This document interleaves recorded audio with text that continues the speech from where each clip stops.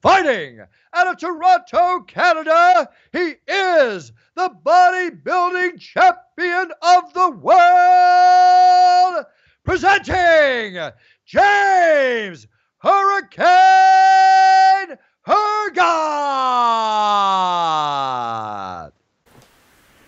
James Hergott here with the Hergott Show, and here with my good friend Dan, and we just got into right before we started rolling, we had an issue because he said that the light that I have makes my green eyes look really good, and I won't mess with him because he's a boxer, but those are fighting words because I've always had blue eyes, and my 2.5-year-old daughter, she's got really brilliant blue eyes, and I'm like, oh, you have blue eyes. And I'm like, what color are your eyes? She goes, blue. I say, what color are daddy's eyes?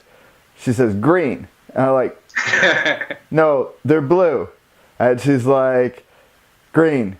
So then right before we got started, Dan said I had green eyes. So they're not green. Well, daddy's little girl is always right? Kids don't lie. And I keep asking her, and she keeps saying they're green.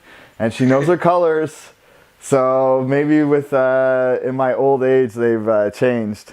Maybe our souls die as we get older and our eyes turn green. I don't know what happens, but Dan is a longtime friend of mine, and he's a boxer. He's a athlete of many different things. He's done football and different things.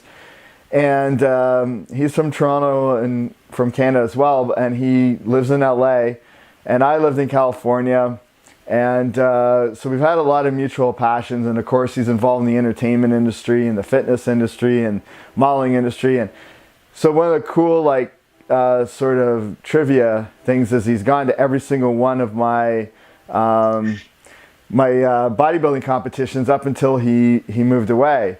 So he was always in my corner, always supporting me. He'd always come out to Coburg in the small town to watch me oiled up on stage. And Dan had, that sounds like a little bit wrong there. It's a build up to why your hand looks like this. Show them what your hand looks like. The situation that we'll get into a physical altercation. But Dan always had talked about going to LA and pursuing his dreams, and now he's at Wildcard Boxing Club in California. He's training with Cotto, he's training with Manny Pacquiao and all these great people at Freddie Roach's gym. He was on the Olympic team, or he was trying out for the Olympic team and then got sidelined with an injury. And he's been working on different entertainment projects and everything. So he's living his actual dream. So that's one of the coolest things, because lots of people, they talk about it, but then they never do it. So just tell me, how does it feel like to actually be in LA and to be living your dream, so to speak, that you've always aimed for? Well, I gotta say, what's the date today? December 9th. And, when you go outside, and especially having a broken hand and in a short sleeve shirt, it's not so punishing the weather as opposed to in Toronto. But it's definitely, it feels good though. It feels good, when you grind and you work at something, and then you start to see a little bit of progress, and you keep working some more and you see a little bit more. So it's been good in that regard. Obviously it comes with its territory as well, where you get sidelined and you face these certain things. But it's been a great experience living out here, and you meet different people day in, day out. You meet people that are very like-minded. You meet people that are totally on the other end of the spectrum. And that's one of the cool things about living in LA, is where you have so many, it's such a transient city where you have people from so many different walks of life, and they might just be living here if they're just trying to chase a dream or just trying to make the best version of themselves. And for me, that's every day, day in and day out. I've been trying to find that identity when dealing with a broken hand, but I'm going to use this time to recuperate mentally and physically. Yes, and you have the holidays to look forward to, and you'll come to Toronto. We'll work on some things and catch up. Uh, so, we were talking off camera. I was telling you that I knew somebody that worked with like people that were basically on their deathbed, and they had they were living in this kind of hell where they were like in their 80s or whatever their age was, and they always had a dream. Like they wanted to go to Australia, or they wanted to become an actor or a boxer or whatever.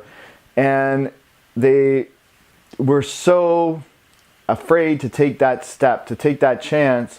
And now the clock is running out. And now not only do they have death facing them, but their health isn't that well. So even if they wanted to travel, they can't.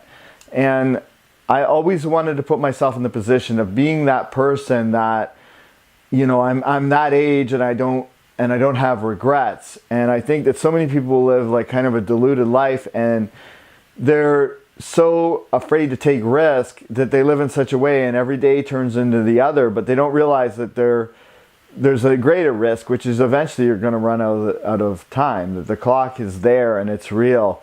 And I can see why that would be a living hell, because lots of people talk about, I'm going to go do this, I'm going to do that, and they just don't do it. What do you think it is about your psychology that you made it happen, and you went to California, you pursued your entertainment, your boxing things, and you're around all these other achieving type of people? Yeah, I would say one thing that's resonated with me over the years, like the simple quote of you don't have to be great to get started, but you have to get started in order to be great. And for me, it was just sometimes you just got to do it. You just like, even though it might not make sense, you just got to do it just to get it started and just figure it out from there. And for me, that's pretty much what it's been. Like, don't get me wrong, you have your bad days and you have your good days, but through those bad days, a lot of times, when you have that inner monologue, I'll see me telling myself, well, what would you rather be doing? And for me, the answer is like nothing else than suck it up and get through it, So I definitely, I've been blessed where I've found that sort of passion and that ability to step outside of the comfort zone and understanding, really more so understanding how powerful regret really is. And, so you really live life with no regrets in that regard, right? Whether it came down to like career choices, when my story is said and done, would I have done it another way? No, because I know I tried 100% in everything I went at. So I don't really have any regrets. I have a lot of fulfillment in that regard. Obviously, we all fall short on our goals, and sometimes you just have to reassess them, even if it's outside factors. So I'm just trying to be cognizant of that in the process as well. Yeah, and look, you're always going to have to iterate and change directions. I mean, the first iPhone wasn't as good as the iPhone 6, but if you were the guy trying to create the iPhone 6 and you were waiting to create that perfect phone, you would never step outside and make it happen. But that iPhone 6 kind of happens as a result of iPhone 1, 2, 3, 4. And, I think that's too many people, and I saw this actually when I was in LA, like a lot of people, they have a script or they have this or they have that, and they're just like afraid to get started. And you have to understand, like, things do change. You have to like change your dream. But imagine like you have a boat and you're just out to sea and you don't have a direction, okay? You're just floating. But at least if you're like, I'm going to go to that island. Well, maybe that island isn't the best choice of islands, but at least you're going in a direction. And like entertainment's changed a lot since like when I first entered it. Like I always wanted to be the big action director and stuff like that. And I know like actually Chris Bell, who did Bigger, Stronger, Faster, he had like the same thing. But then like there's no Blockbuster anymore. Like there was no YouTube back then in the 80s. It was only the Arnold Schwarzenegger films and stuff like that. So what entertainment has changed, and you have to adapt to that, and that's okay. But unless you throw yourself out there and head down that path. Only then can you start to kind of adapt to the situation and all these things. But if you don't start, I mean, actually, Mark Burnett, who, he's famous for Survivor and all that stuff, he's got a book that he wrote, and the title of the book is Jump In Even If You Don't Know How to Swim. So, that's kind of, and he kind of started that kind of way, and there was no real like reality TV industry when he got started, and then he dominated that, so you never know where things are going to head up. But, as long as you can say you gave it your all, I mean, you can't control really if you get a broken hand or you get sidelined by this or that, but man, that's all part of the experience as well. Like, how many major famous fighters have been injured? I mean, all of them, really. So, tell me about like this fight and this remarkable thing that you just got out of. You just had surgery yesterday, and we're thankful that we have you here to do this interview. Yeah, well, I'm actually really glad to be doing it, just because when you're going through injury, I'm sure you could relate, or anybody who's ever been sidelined, is one of the things that falls asleep, not really falls asleep, that feels most restless is your mind and your body. So the fact that I'm here, just being able to talk and, spread positive energy, positive vibes, that's great. For me, how this happened in the fight is, I'm pretty sure it was the first round. And it's my left hand. I'm a southpaw, and I'm sure I tagged him with one of the straight lefts, and he probably had his head down. Like he was putting his head down a little bit when I would have him cutting off the ring and have him in the corner, and I was just trying to get a stoppage, really. So I was just pitching a lot of shots at him, and the ref never stopped it. So going into the second round, I was just trying to load up on as hard as I could on any shot that I threw at him, just to get him out of there, just to to hurt him as much as possible and have him take a knee or knock him out. Third round, same thing, but this guy probably did a mountain of coke before stepping in there, because he took a beating, and he took that like a champ. And then in the fourth round, literally, I knew I couldn't use my left hand. It was hurting too much. So I just used my jab and my hook for the entire fourth round. And, I was lucky enough to get the unanimous decision and to outskill him. But as soon as the fight was done, like, I was feeling that, like, to take off the glove was painful, and, just going through that whole process. What's happened is I went and saw the doctor earlier today. So with the surgery, the reason for that being is because not only did it break, but it dislocated because I kept punching him with the broken hand. And they made sure that they put two steel pins in there to make sure that the bone heals back straight so I can recover 100%. So when I tore a bicep, which was like a way less of an injury, and I know like the first thing I thought as soon as I heard it snap was like, oh man, because like now I'm thinking, you take for granted the ability to like go work out, and I was shocked at like any of the injuries I've ever had at like how many other exercises and activities that limited, like our body's so interconnected. So like, I couldn't really pick anything up. I couldn't do this. I couldn't do that. And I was like, how long is this going to be? Because I feel like I'm going to get fat. I feel like I'm like, what am I going to do with the time that I normally go to the gym? What am I going to do to like keep my mind, relieved of stress and using that? So that really freaked me out. So kind of like talk about like how long, you're going to be out for, and how you feel about that. I don't feel good about it at all, to be honest with you. Today was a rough day. I spoke to a couple of my old teammates and, other athletes, and they gave me some words of encouragement of getting through injuries. I have a good friend that recently tore his Achilles. So you could imagine how devastating of an injury that is for an athlete. So I confided in him, and he stressed the importance of maintaining a positive mindset and just knowing that you are going to heal and that this will pass with all things. For me, the toughest thing is, and just with any athlete, I'm sure the toughest workout is just being able to sit still and not being able to move, right? So for me, that's been a tough thing.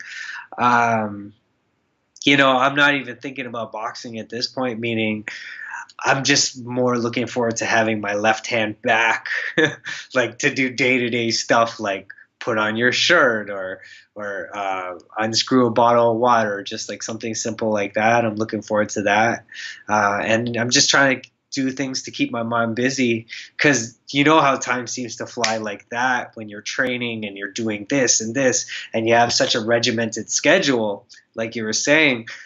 For me, having to now all of a sudden, nope, none of that's on the schedule, and now it's just sit here and deal with this. That sort of thing is what I've been dealing with, and just getting through it. So when I saw the doctor today, he said I'll see him in a week, and then after I see him in that week, I'll probably won't see him for 2 weeks or so, and he'll clear me to fly, and I'll be able to fly and, just, I guess, enjoy the holidays and indulge in some festive food. Yeah, well, we'll definitely get together and do some of that. And, what was it like fighting in Mexico and this being like your pro fight debut? Well, I'll be totally honest, man. When you're watching UFC fights or boxing matches and you see like a Brazilian come on there and speaking Portuguese in the interview, and you're just like, oh man, hurry up already. Nobody understands what you're saying. At least that's my inner monologue. And then going over there, and then when they're interviewing you at weigh-ins, and they're talking in Spanish first and then translating to you, and then so it's like the shoe's on the other foot. And I have so much more compassion now for like those fighters, because I see what it's like when they're speaking a different language and you can't understand, and you're just speaking the way you could speak, right? Yeah, I could see the shoe being on the other foot, and I know that you kind of had a plan, and then life's thrown you this new direction. I guess you're just gonna let it heal and then kind of figure it out from there. Is that kind of the plan at this point? Yeah, I was supposed to sign, not supposed to sign, I was supposed to 5 fights with that promoter. The next fight was supposed to be in February. However, I'm more concerned about just being able to sweat and just being able to run and, just do day-to-day normal fitness stuff first before I even think about boxing, because I don't want to go through this process again. So I'm not in any means of the imagination trying to rush it, although I'm dying to get the cast off, but like day-to-day function is more important for me right now. Yeah, it's amazing how fast like priorities shift. Yeah. So you're at one of the best boxing gyms in the world. I know you've done athletics basically all your life. What's it like to be at a place where there's like so many people that are really skilled? Like, how was that experience for you? It's good, especially at a place like Wildcard where you have so many champions. But I guess that maybe is fight culture as well, because in fighting you're humbled every single day. No matter how good you are, you're still humbled in sparring or whatnot. So everybody's super humble, super encouraging, and it's great sometimes to go in there and just feed off the energy of people, and you get to learn from those that are so much further ahead of you in the fight game or just even in life. And sometimes you could take from the bad from them, sometimes you could take the good from them. So it's pretty cool. I've been really blessed, and I think one of the only reasons why I've been able to excel in boxing in the short time that I've been doing it is just because I do understand the importance of learning from the best, and understanding how that can also provide a lot of expedite your learning process as opposed to learning through trial and error. So luckily I've been a good student, and I've had some of the great teachers teach me. So I'm just trying to build and just get back healthy. And I wanted to ask you about Conor McGregor, because lots of fight fans out there and different people, and they have a different take on him and stuff. But somebody that's a legit boxer, and you probably see things that the layperson doesn't see. What do you see about his fighting style? Like, do you think that he lives up to the hype? Do you think he's overhyped? I mean, how do you see him in terms of his abilities and his whole phenomenon? I am a huge Conor McGregor fan. I think that his belief in oneself is something that comes second to none, and I think that's something that is so important in such a high pressure sport. As far as technical in the game of mixed martial arts, he doesn't have many flaws when it comes to his stand up striking. I think a lot of the hype has been between him versus Mayweather in a boxing match. I think boxing does present a bit of problems just because they are going to be bigger gloves. So he'd be using 8-ounce gloves as opposed to 5-ounce gloves. So that means that's going to nullify a lot of his strength, where he's such a precision striker where he'll aim to hit you on on your equilibrium, so it's going to short circuit you. He might not have that same result when he's fighting with boxing gloves on, because he might not have the same accuracy. And then on top of that, his blows might be cushioned as well too. So I think if it was like in a boxing sense, he would have to change up some things. I'm not saying he couldn't. In a mixed martial arts, as an athlete, believing in the law of attraction, just everything that he displays and talks about, he's actually a once in a generation type of athlete that we're witnessing right now. Yeah, that's a really interesting thing, and you do see that. And there's certainly something, like, whether it's a spiritual thing or whether it's like kind of like being one with the universe, whatever it is, there's definitely something where, like, if you really believe something and you, like, the ability to manifest it, that like something really powerful can happen from that. And it's an incredibly powerful thing when you see somebody that really masters that and really like talks about, like, they have this goal, and then you see them achieve it one by one, even though they're continually doubted. Yeah. I was gonna ask you, I saw some things that kind of broke down his technique, and a lot of people said that he kind of like baits people in, like he kind of throws certain hands so that people like overcommit and throw like a right hand or whatever, and then that's when he nails them. Do you kind of know what they're talking about with that, or do you see that when you're kind of... Sure. Yeah, I've definitely watched every one of his fights at least like 3 to 4 times, especially in the UFC, just because they're more accessible. And I totally see how so he'll throw a lot of feints, or like Jose Aldo, he was trying to get him so riled up in the press conferences and all the media and weigh-ins and whatnot. So he knew he was going to overextend when Jose Aldo threw his straight right, and then he would counter with the left. With his left, because he's a southpaw as well. And there's a lot of science to what he does. I think the video you're talking about is on Fightland, and it's the death of a southpaw, or death by a southpaw or something, and it breaks down all of the main weapons that Conor uses fighting from a southpaw stance. And it's honestly something that it will be in like 5 years, like when there's like a textbook written on it, like that will be Conor McGregor.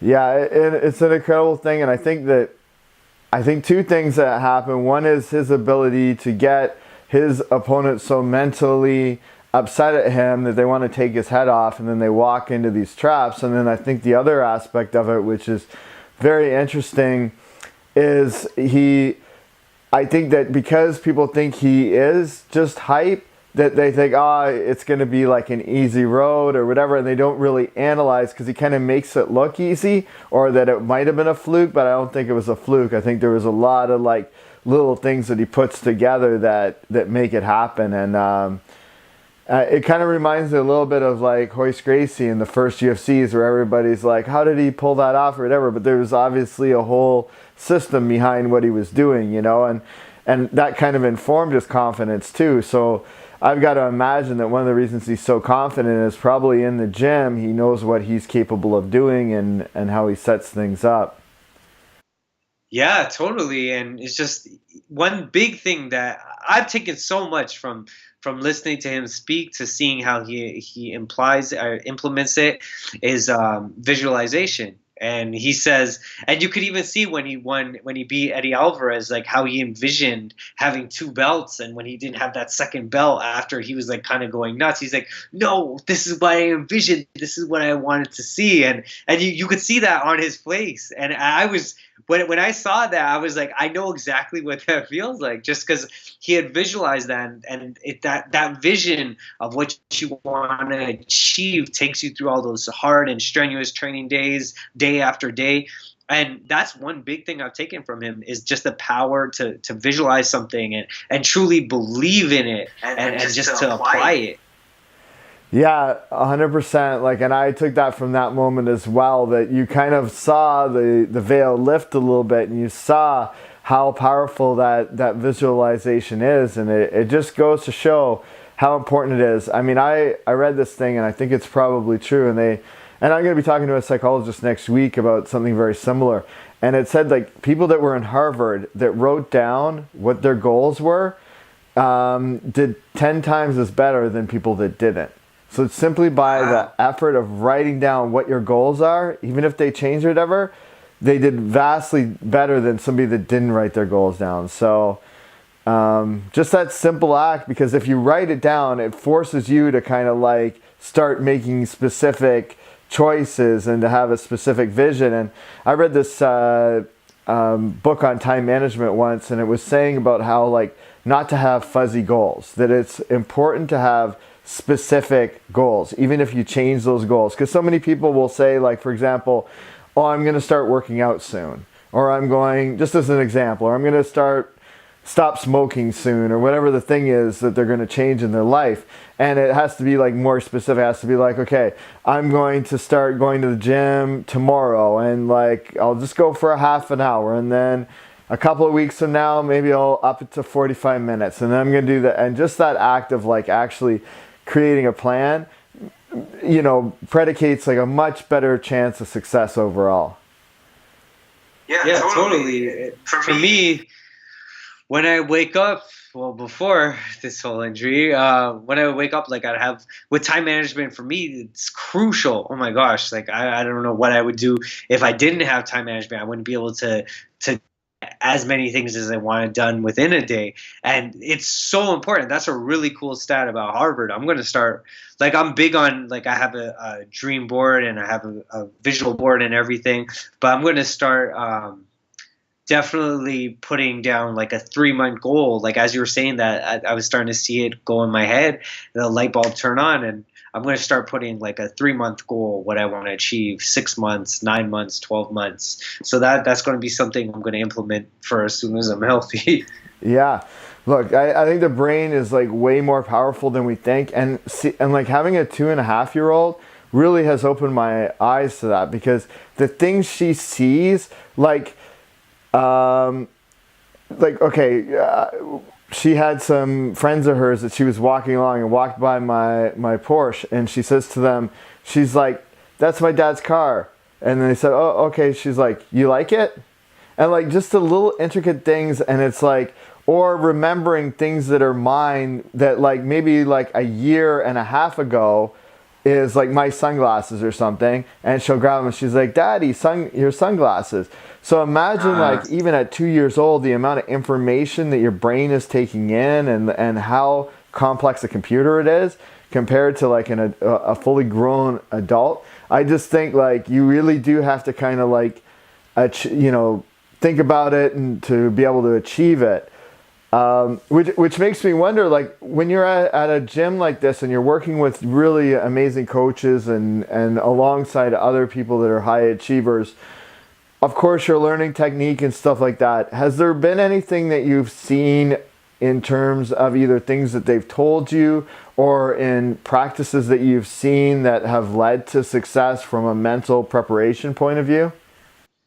Yeah, definitely. So one thing would be the sports psychology of even boxing. So just to break that down even more is like example with my fighting style, I'm a pressure fighter, right? So I come forward, I bring the fight to you, but one of the things is I'm constantly on you, I'm constantly pressuring you.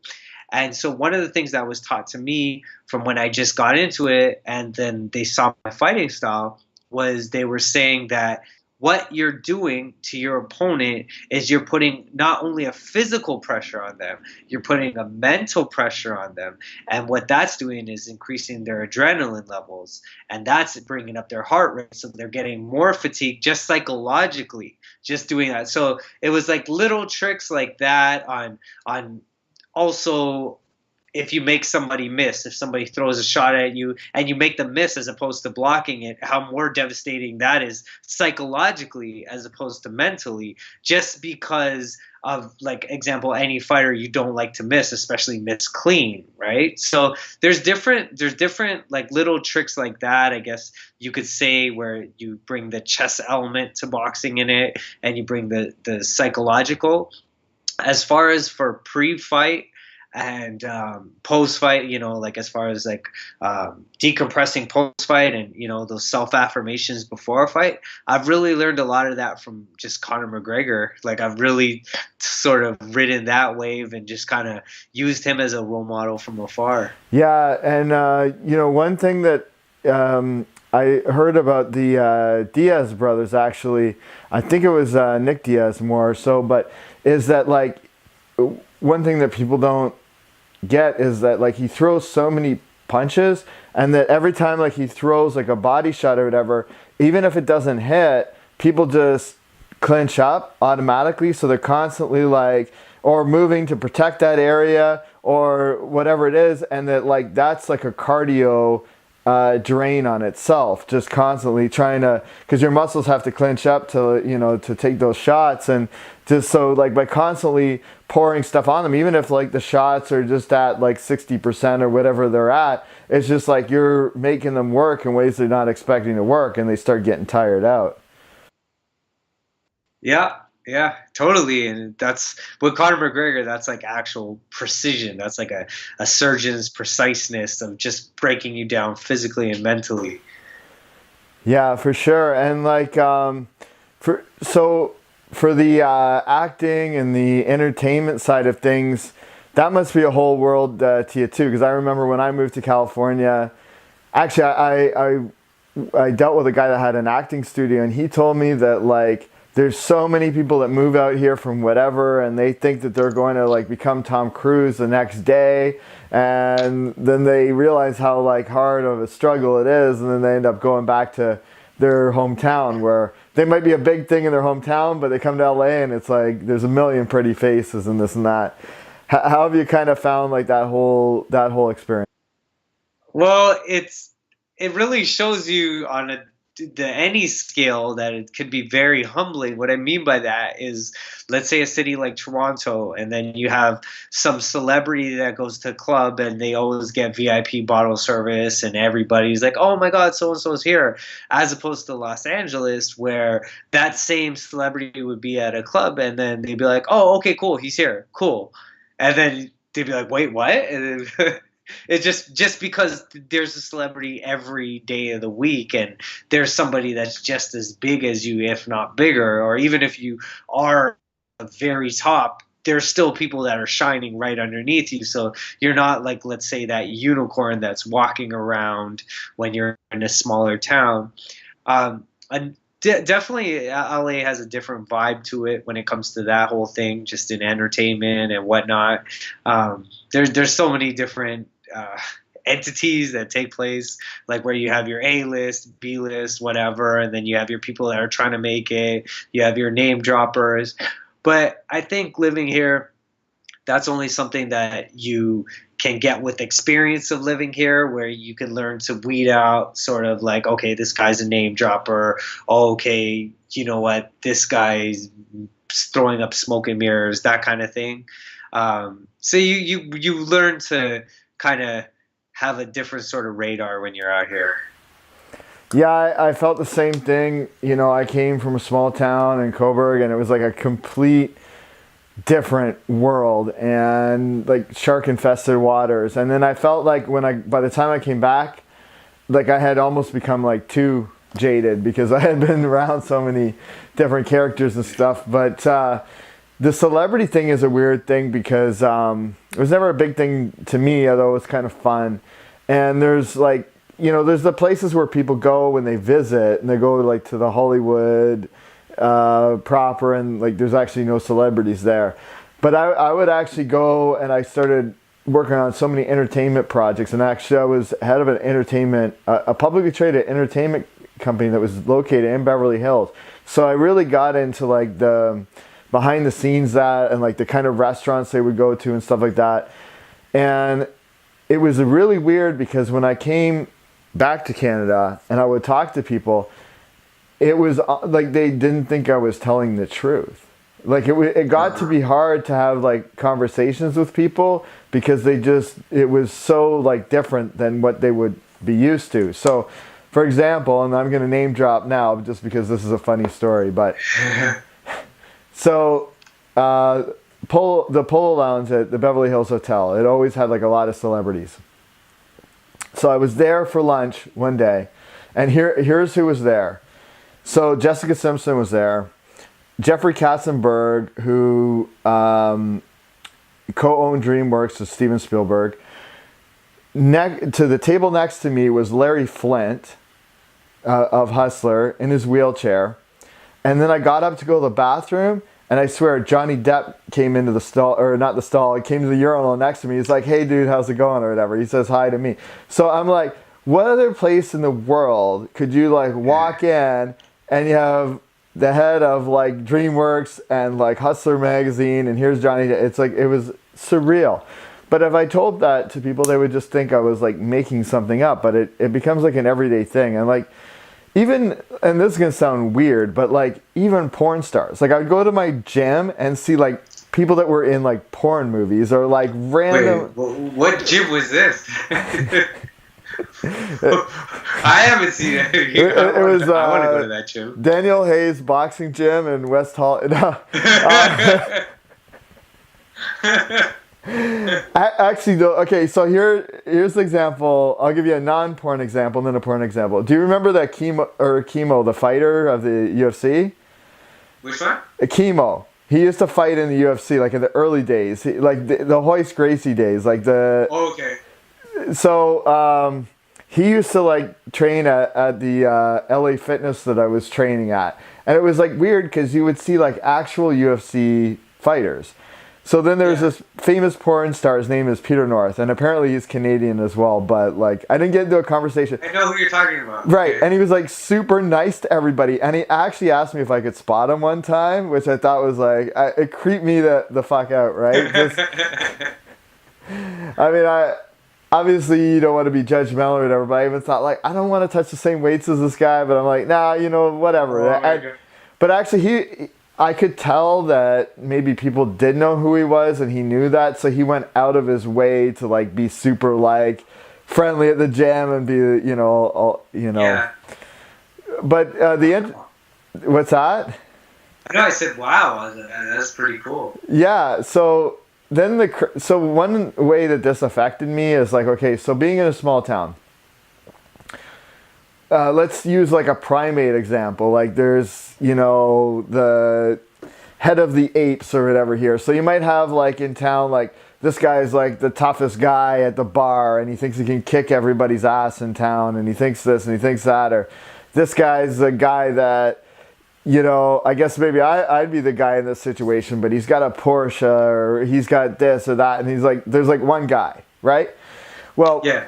In that society, there's so many Ferraris. There's so many guys that were just go to the normal gym that were actual UFC fighters or that were real legit badasses in different ways or this and that you realize like there's just millions of people in this world, and no matter how big or tough or cool or whatever you think you are, there's always somebody that's better than you. And I think that helped me kind of see things in a different way, because like I've actually seen people where it's like a big deal to them that they're in a certain area that what their reputation is within that area, and it's like really outside of that specific area. If they went to LA, nobody would know who they were. Nobody would care. And likely, even if they thought they were badass, there's like tons of people that could kick their ass. So it just kind of is a humbling experience that you're just another person. I mean, and even if you're good looking or attractive or whatever, and then you go to an area like that, there's millions of attractive people. So it definitely humbles you. But I guess the good aspect of that is that it's like when I was competing in judo and you're competing with black belts, even if you're hanging with those level, even if you're like a lower end of that level, your game is higher than the population. So I guess that's one good thing, but you certainly learn like that what your status is or your reputation and who you think you are isn't really as important as what you really do with your life, because outside of that realm, it's irrelevant. And outside of time, it's irrelevant, because like 100 years from now, likely nobody's going to know who you are. You know what I'm saying? I mean, yeah. I talked to this girl that wants to do my show, and she said that she wrote me from LA, and she's Ricky Nelson's granddaughter. Now, Ricky Nelson was like huge in like Elvis's era. But like nobody today that's like growing up would know who he is. It's like 50 years from now, nobody will know who Justin Bieber is. So, you know, that whole perspective thing is kind of a wild thing. Yeah, no, that's a good way of putting it. And how do you find the dating scene out there compared to Toronto? Well, the way my schedule's been so far, it's just been work, training, work. But you definitely meet some different sort of females out here, meaning you have those that you were saying that comes from small towns and that are just pretty much like a star fucker, like, oh my God, you know, that kind. And then you have your type that are actually like LA natives that just hate everybody that's not from LA just because it's really interesting. Like you really get a lot of characters out here. So you have all different sort of colors of the rainbow, funny enough, and it is LA, so that is applicable as well. But yeah, you have everything, man. It's totally unlike anything anywhere else other than maybe New York. Yeah, and it's definitely like a different vibe from New York. And wow, like it was interesting because I spent 12 years in LA, and you know, you don't really know how your kitchen smells until like you step away from it and then you come back into it. So like so when I was living in LA, I would call home to my mom, and after a while, her accent became so thick that it was almost like a Scottish accent to me. Like, oh, interesting. But now that I'm back in Canada, I don't notice an accent. So I'm sure that I'll have an accent to people that are in LA, right? So yeah. So it's like your perspective gets really warped because you're so used to like being around people that you don't notice an accent, and then when you're in LA, all of a sudden, like my mom, it's like, oh wow, her accent's so thick. And then the other aspect of that was like super trippy, like not to get too much into like the whole race thing, but like obviously LA is like a true like melting pot. Like now that I think of it, like that was an era where I was like really going like on a dating rampage. Like I was in my 20s and I was just like dating and like going crazy, and like I wasn't interested in a relationship. I was just like kind of having fun. And I don't even think I dated that many white girls, like because there's so many mixes, like everything from Filipinos to even if it's like Russian to black to Hispanic, like everything. And it was such a mix. And I remember when I first came back to Canada that I was like, this place is so white. You know what I mean? Like not Toronto so much, but you get outside of Toronto, I was just like, wow, this is like everybody's white. It was a trippy thing. So it's amazing. Just go on. Yeah, it's amazing. Just like going that 3,000 miles. What a complete graphic different, demographic difference it is. For sure, and you're totally right. Like when it comes to that was a great analogy with the kitchen, because it's only like when I go back and like now when I'm there, it's like once or twice, maybe 3 times a year, and you totally notice the difference. Like from when you get off the plane, not even from when you get off the plane, from when you get on the plane, because they're all Canadian. From when you get on the plane, so you're hearing the flight attendant talking, you're like, wait, what? And then you're hearing stuff in French, and you're like, huh? Because you're so used to when you fly American, it's either going to be in Spanish and English or vice versa. And I definitely, every single time, I notice that every single time. It's so distinct. Yeah. Yeah, and the dating scene is like totally different there. I kind of felt like Deuce Bigelow, like where it was just like there's so many different people that were like, I mean, I have so many war stories from that time, like of just different. I can imagine. Oh, just because I would try different things too. Like I'd go out with a girl that was like really short, and then a girl that was really tall, and then like a girl that was like disabled in some way, or whatever. Like it was just like everything. Because Please tell me about the disabled one. All right, so I go out with this girl. And first of all, like I actually at this point in time, I have to preface this by saying I was dating for like the fun, like almost sport dating. Like I was dating for the fun of it and not so much trying to like find a suitable mate. So like if somebody was like different, that was actually like a good thing to me. So I would, so I went out with this girl and she used to do special effects, like, so she was like a super geek about things. Like her whole entire apartment was all like Star Wars shit. Like all Did tricked you guys out. do the role playing? Like she was Princess Leia? Well, yeah, you have to get to the like her issue. So she had some kind of a jacked up back. And, okay. And I don't even want to make fun of her, but but she was like, because she was, let's say creative. She was like creative in the bedroom as well. Like she was obviously a freak or whatever, but she had this remote control that was implanted in her, and she would like to have to press buttons to like adjust her back and shit, like to lengthen it it was some freaky stuff. So. Wow.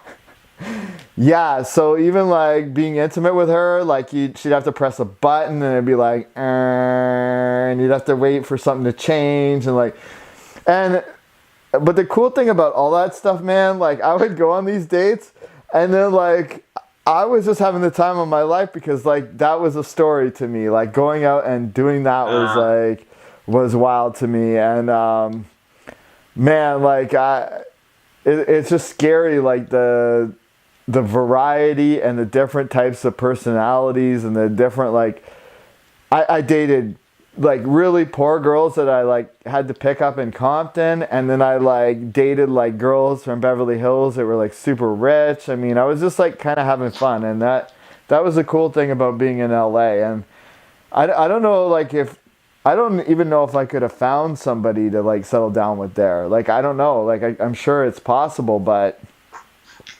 yeah, it's depends on where you're looking, right? Like you seem like you definitely lived the whole experience, like from what you're describing, where you've had that, and good for you because you stepped outside into every different zone that you could. So good for you, man. I know a lot of guys that can't say that. I definitely wouldn't say it's necessarily like a spawning ground for that kind of potential as far as, let's say, like settle down. But I think it definitely depends on where you're looking to. Yeah. I think there's less like people are less family oriented because, like you said, it's more of a transient society, right? I mean, obviously, like if you get out in the outskirts, like it's a different thing. But that's one of the things I loved about LA. Like you could like within driving distance, like go to somewhere like Orange County and things would be like a little bit slower, and then you could go to this area and it would be like completely like you could just go crazy if you were into Mexican girls or if you were into this or into that, whatever you're into, right?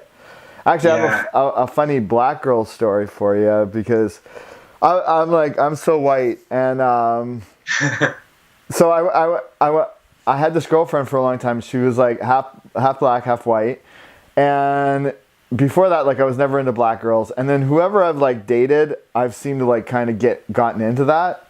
So I was into black girls after that, and then I thought, okay, I'm gonna have fun and go on a bunch of dates with black girls. And by the way, this is before Tinder or anything like that. So I don't even like. Yeah, I'd probably be like my mind would probably explode if I was there with like all the dating apps and shit that they have now. But I went out with this one black girl, and she was so much in the ghetto that I swear to God, like she actually, the way that we started kissing, and she turned around and bent over and said, "Hit it from the back." That was her entry point to go from kissing to sex. Yes.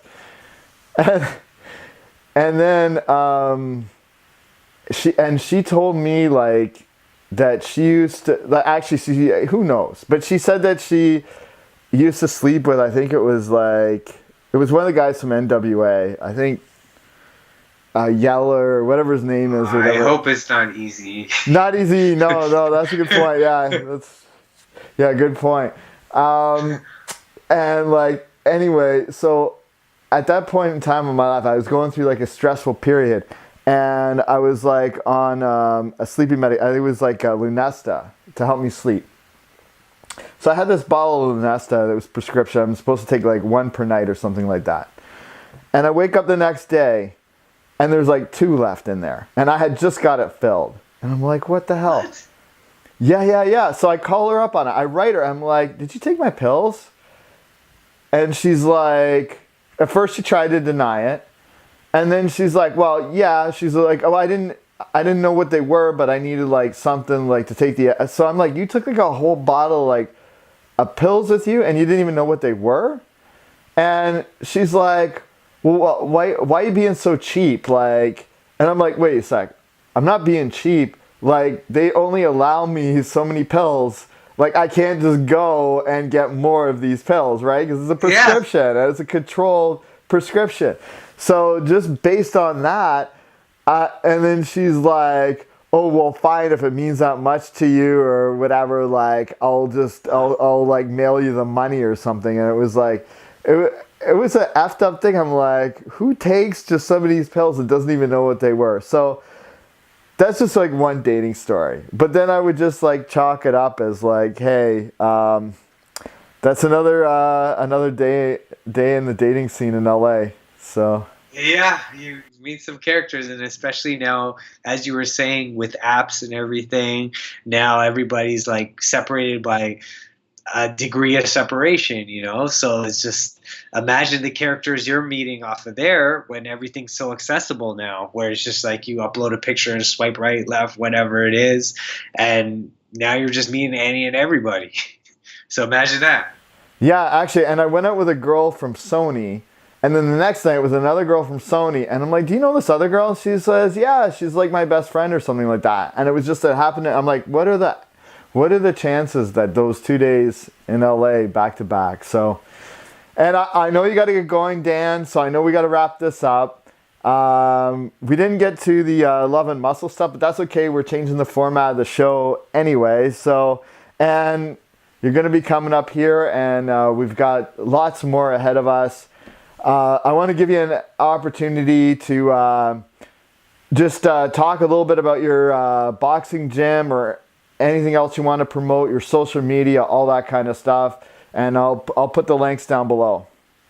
Yeah, cool. So pretty much right now I'm in the process of opening up my own boxing fitness studio. We have a recovery lab as well, which I'm sure I'm going to be needing once I'm done. So that will be cryotherapy. We'll have a cryo sauna as well as a Normatec. So that will take care of all your recovery needs. That's all going to be happening in the early part of 2017. So luckily, while I'm injured, this is going to be something I could dedicate my mental energy towards. And then also, yeah, just make your way over to my website, www.daniel-hayes.com, daniel-hayes.com. And there you'll find all my social media links. You could grab some t-shirts if you want to get, and $2 is donated to the Hamilton Selway Family Foundation to give underprivileged youth scholarships. And get me on social media, so Twitter, Facebook, Instagram, @ThisIsDHayes. That's awesome. I got to get some of those shirts because now I have to start wearing shirts in my interviews. What's your size? What's your size? I'm going to say small. No, it's like large. I laugh just because I actually know guys that buy shirts as small, so they're like ripping out of them and stuff. No, but I'm large. Okay, I got you. Awesome. I'll definitely wear it on the show. And Dan, a longtime friend, I really always appreciate you've always been there and been supportive, and always great to talk to you. I don't know where the time went. It just flew by, and I'm excited to have you back and to do more of this. Looking forward to it, brother. All right, take care of yourself.